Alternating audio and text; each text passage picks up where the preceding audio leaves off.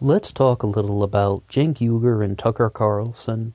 They recently had a debate at politicon 2018, and it wasn't exactly anything life-changing. I mean, I was very hesitant to watch it because I kind of try to avoid things like that because I don't necessarily think that it contributes too much to the overall national discussion. It's mostly just a back and forth between left-wing this and right-wing that, but this one had a few shining moments in it. I actually think that the cultural issues that people discuss in these debates with things like the Young Turks or someone like Tucker Carlson from Fox News are much better than getting into things like policy making because, neither one of these guys are actual policy makers and they aren't exactly presenting, well, anything other than just, a very kind of bite-sized version of what a policy actually is or could be.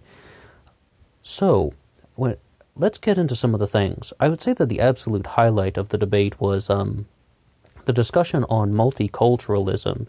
There's a very short thing in there about how Tucker Carlson said something about, like, tacos are American. And the reason why I think this is the highlight of the debate is because Cenk Uygur was completely wrong. And I'm not a left-winger or a right-winger. I'm pretty kind of irrelevant when it comes to any of that stuff. So I don't want to sound like I just sort of hate on left-wingers all the time, but Cenk Uygur was just wrong about multiculturalism. And why am I choosing out this example?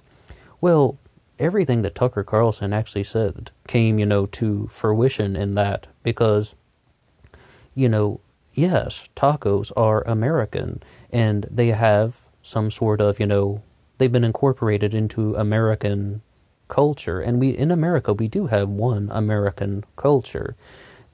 What Cenk Uygur was trying to say is that America is a multicultural country. It is not.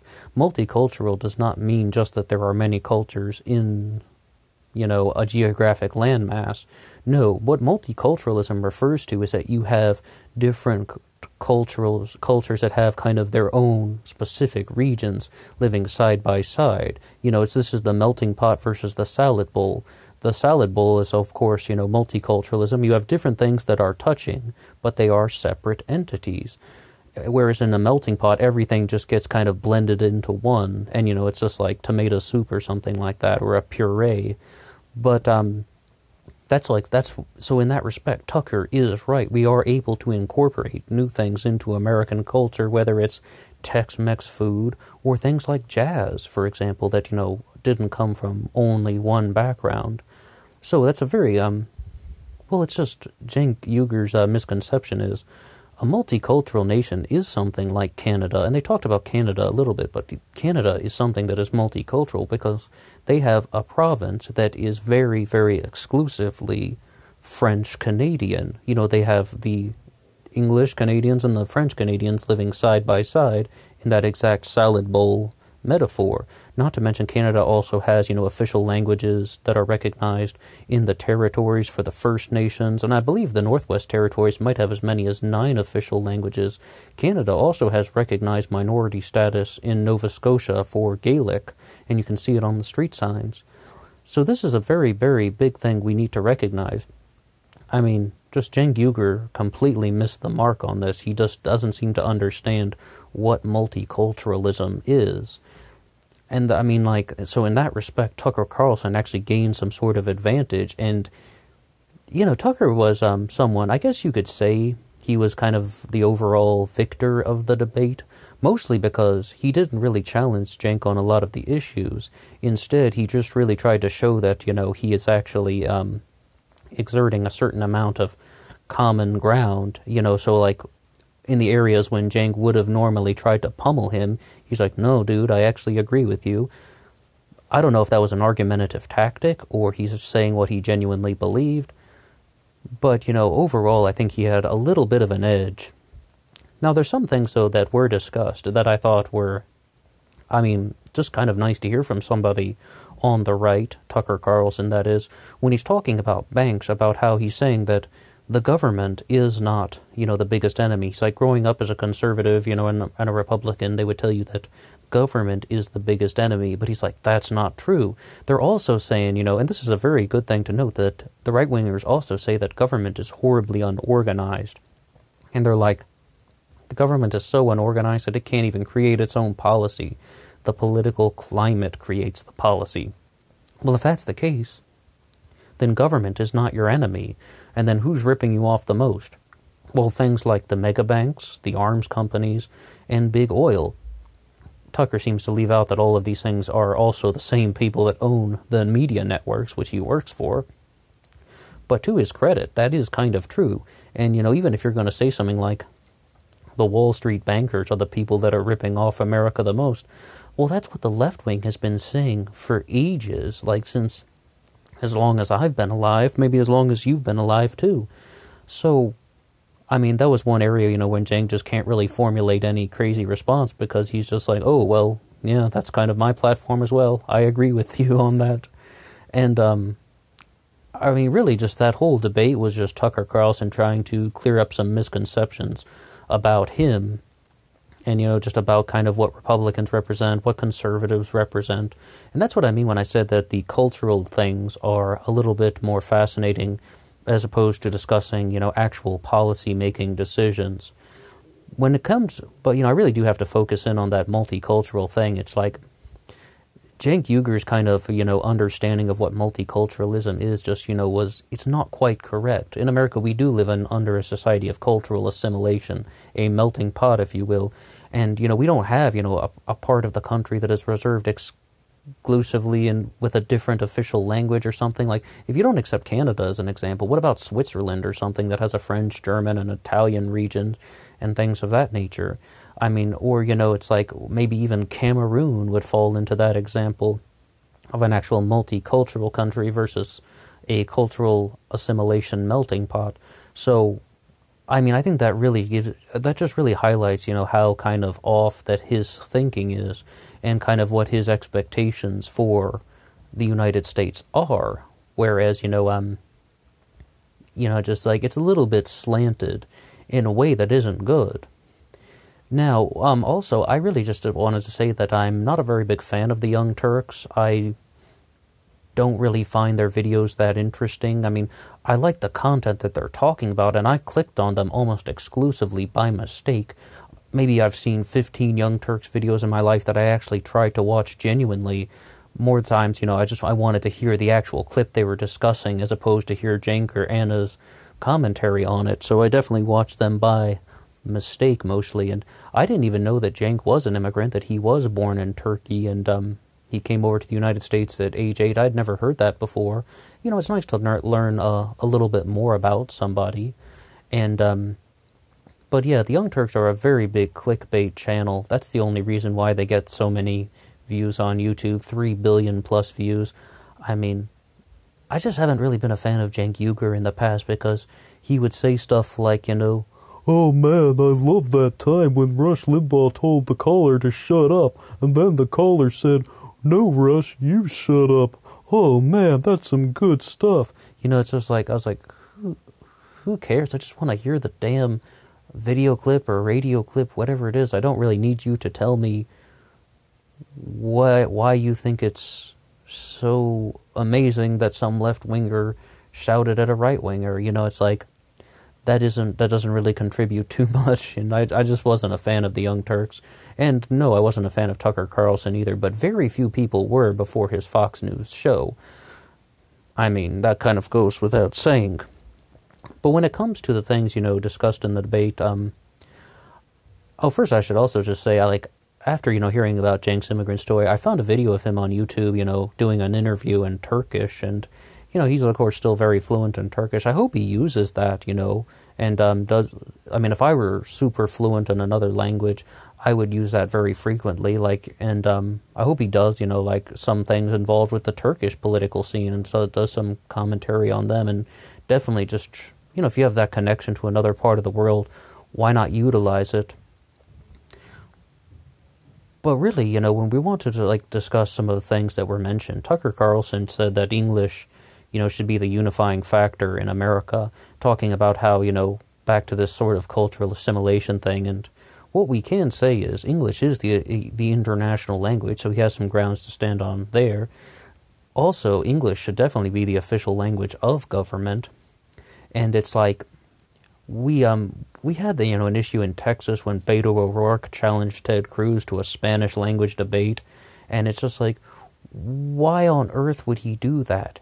I mean, the Senate doesn't convene in Spanish. There would be absolutely no reason to do that. It's just a pure publicity stunt. And that's really what people are doing in America. They're using the Spanish language as just sort of a novelty or a publicity act. But no, we don't need Spanish as an official language of the United States. What can happen is, I mean, we mentioned Nova Scotia, how, they can put up street signs in Gaelic if they want. Well, there's no reason why we couldn't have, some sort of recognized minority status in certain states if they want to put up, something that says Bienvenidos a Miami, like as a welcoming sign, in Florida. But also, if we actually want to get to that level, I mean, there are many other things in the United States that often get overlooked, like maybe the Alaskan Natives, the Native Hawaiians. One of the things that I really find is overlooked about the official languages. Does America have an official language? No. Does America have an official language of government? Not quite. In America, the official language is determined at the state level, and many states have not even declared their official language. This is all available very easily online. To see just how official languages are determined by states. Most of them have English, but not all states have declared an official language. The only state that is officially recognized as with two official languages, at least the last time I looked at the list, was Hawaii, English and Hawaii. So I believe Louisiana has French as a recognized minority language or something of that nature. But yeah, that's just one of the things that America really does need to work on. I don't think there's anything wrong with having an official language. That doesn't mean that people can't speak Italian at home when they're in New York, or Russian when they're on Brighton Beach, or Polish when they're in Chicago at home. I mean, that's kind of just one of the big things that we mentioned about how, it's like, maybe Tucker actually does have some point about using English as like kind of a lingua franca, excuse me if that's, sort of the wrong term, but a unifying language. And Cenk brought up something very interesting, though, when he said he came to America only knowing 3 words, yes, no, and girl, and he wasn't given any ESL classes, and he just had to learn. Well, this is something that's been studied for a long time, and there was a very interesting book about this, I believe it's called Outside the Barrio, about how when you bring people in from different countries, it's like you don't necessarily have to teach them in their native language. Like for children, if you bring people over, or if people come over as immigrants, they can just learn in the English language curriculum at the same rate as the native speakers, because they catch on because of instinct, because of, just the kind of genuine passion to learn the language so they can actually understand what is going on in the classroom. And it's definitely about instinct, passion, intuition, and survival. It's like very relevant to human understanding. So for a long time, people were sort of thinking that we need to give, classes in Spanish, like math class taught completely in Spanish, literature and science taught completely in Spanish. Well, that book that I mentioned was saying something to the contrary, when it's like, no, if you just do it all in English, the children from non-English speaking backgrounds will catch on, and they will learn very quickly, and they'll be caught up to speed very fast. And Cenk Uygur has kind of confirmed that. And, Mila Kunis would be another example of someone who came from, I guess, Kiev or something where she was born. And, she learned English with the help of ESL, but she was like within 1 year, she was fluent in English, coming over as a kid. It is doable. It is very doable. So, once again, I really do have to insist that the cultural issues are kind of more fascinating. For example, they discussed Colin Kaepernick. And this is one of the issues that I find is rather bizarre. I mean, to me it's bizarre, because it's like, Tucker Carlson is saying, first of all, he is not challenging his speech rights, which is a good thing to do. But he's also saying that, it was something that was just impractical that led to, Nike ads as opposed to an actual solution. First of all, we need to say, whoever you are listening to this, and I know that the Nike ads and Colin Kaepernick, and it was a disaster. It's like, it just turned into something that kind of wasn't what he intended. I mean, yes, it got the conversation about, Black Lives Matter and police brutality a little larger, but not in any effective sense. It's like Nike ads were not the answer. And I was very critical of Colin Kaepernick from the beginning, but I think it represents something that is so much larger, because I think it actually was a chance for conservatives to showcase what their whole platform is, where it's like, of course, he has the right to do that, but people also have the right to say, excuse me, that's a very rude, disrespectful, impractical, and unnecessary thing that you're doing. And you know who the first person was to really call Colin Kaepernick's protest dumb? You know who that was? That was Ruth Bader Ginsburg. And it's like, it was definitely a bipartisan, thing when he started, bipartisan in opposition to Kaepernick.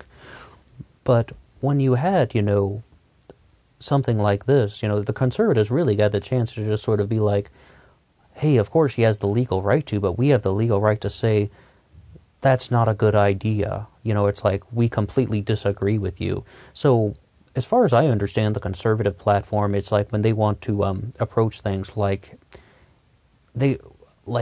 protests they disagree with or speech they disagree with, they're just saying there should be no governmental laws that, prohibit speech in any way, but we also don't have to, just sit quietly and let people just do anything. We can also use our own response, our own speech to challenge someone and say, hey, that's disgusting, that's unprincipled, that's not a good idea, we disagree with everything that you're doing. If I understand sort of what their platform is. Whereas on the liberal side, I mean, the liberal, Democrat, progressive, whatever you want to call it, their whole stance is there are going to be things that are going to be unacceptable. Elizabeth Warren has talked about on the Senate very clearly that there needs to be hate speech laws, that hate speech serves as an existential threat to certain communities. And furthermore, I mean, what happened was people like Milo Yiannopoulos and Steven Crowder were going around saying, there is no hate speech, there is only free speech. Well, of course, hate speech exists. I mean, David Knight, Real News with David Knight of all people, was just sort of like, hate speech is to the first as the AR-15 is to the second. Of course the AR-15 exists, it's just a different kind of firearm. Of course hate speech exists, it's just a different kind of speech. Even Jordan Peterson conceded that. So it's like, yes, these things exist, it's just the question is, do we need a law for it or not? And even if you were to have a law that would ban the N-word or ban the Nazi salute, I mean, maybe it would set a bad precedent, but on the other hand, it doesn't necessarily impede any form of intellectual discussion, and it has no limitation on free speech. We're not talking about freedom of speech. We're talking about free speech, the open exchange of ideas. So both sides really have kind of a horse in the race when it comes to something like that, and Colin Kaepernick is kind of, a perfect example of that. I mean, you have someone who's being told that they should not do something because of their viewpoint, and the other side is saying, yeah, that's absolutely right. We don't agree with what he's doing, so we're challenging him on that. And, it's like, the point is, Colin Kaepernick was a good quarterback for a little while, but he fell out, he fell off the horse, it's like, he was, benched, and, Dan Patrick said it very clearly. It's just like, what if he comes back to the NFL and he sucks? Then everyone's just going to be like, dude, your movement was meaningless, you've just sucked. So, that's kind of, a very, very tricky subject once you combine athletes and activism, especially when they're in the absolute middle of their career. But, I guess that sums up everything we wanted to talk about Cenk Uygur and Tucker Carlson. Once again, I have to insist, I find the cultural things a little bit more interesting than the policy-making decisions. I would get absolutely skewered if I were to say that Ben Shapiro and Cenk Uygur's debate at Politicon was not very good because they were really just talking about things like taxation and health care, which they don't necessarily get to decide. And the people in the comments section were just cheering for their side. They're just a bunch of fanboys. They aren't even listening to the arguments. They aren't even listening to the information. And it's like, I mean, neither side is actually perfect. And they're just, Ben Shapiro and Cenk Uygur were just kind of reiterating the talking points that, you've heard a million times. Whereas with Tucker and Cenk, I thought, you really actually just sort of saw someone like Tucker Carlson kind of, scaling back the rhetoric and was like, I'm not, as extreme as people think I am. Also, Tucker brought up Google. Google, that was one thing we haven't talked about yet. 20,000 engineers only working on the Google search engine. A very, very kind of either centered or almost leftist stance on that when he's like, regulate Google. What would happen if Google wanted to, just manipulate things like, what if Google just tries, to manipulate the course of public thought toward a particular candidate in an election? Why can't they do something like that? And, the right-winger response would be free market. I mean, people would catch on. We have competing websites. I mean, then Yahoo would be able to break the story, and then you'd be searching on Yahoo instead of Google. But I don't know. That's a very, very controversial thing. Tommy Lahren has also talked about that as well, about regulating something like Google. But yeah. I mean, it's definitely, it's not necessarily a bad idea. It would really just mean like, too much power is becoming in the hand of one corporation. And that's a big thing that I think Tucker maybe has actually contributed to our cultural discussion. It's not only banks, it's not only big oil, it's not only the arms companies. Now we have these tech media giants that are also being included. Google, Facebook, like Amazon, maybe you've heard of Jeff Bezos or something like that. And it's like all of these things are now becoming even on par with some of the other more powerful entities. They aren't quite there yet. Because the things like the mega banks, the arms companies, and big oil are able to exert a very large amount of influence over the politicians. And if that stuff is going on, I haven't seen the exact same level of influence that is done by things like Facebook and Google, but Tucker's point was it could happen in the future very easily. It's kind of an insightful statement. It's just more like, I think it's a little bit contrary to the small government, free market ideals that his audience probably looks for, but, well, sometimes, you don't have to go with the flow. Alright, well, that's my little recap of Cenk Uygur and Tucker Carlson. If you have anything to say at all, if you disagree with anything I said, let me know. Let's challenge some things, and until next time.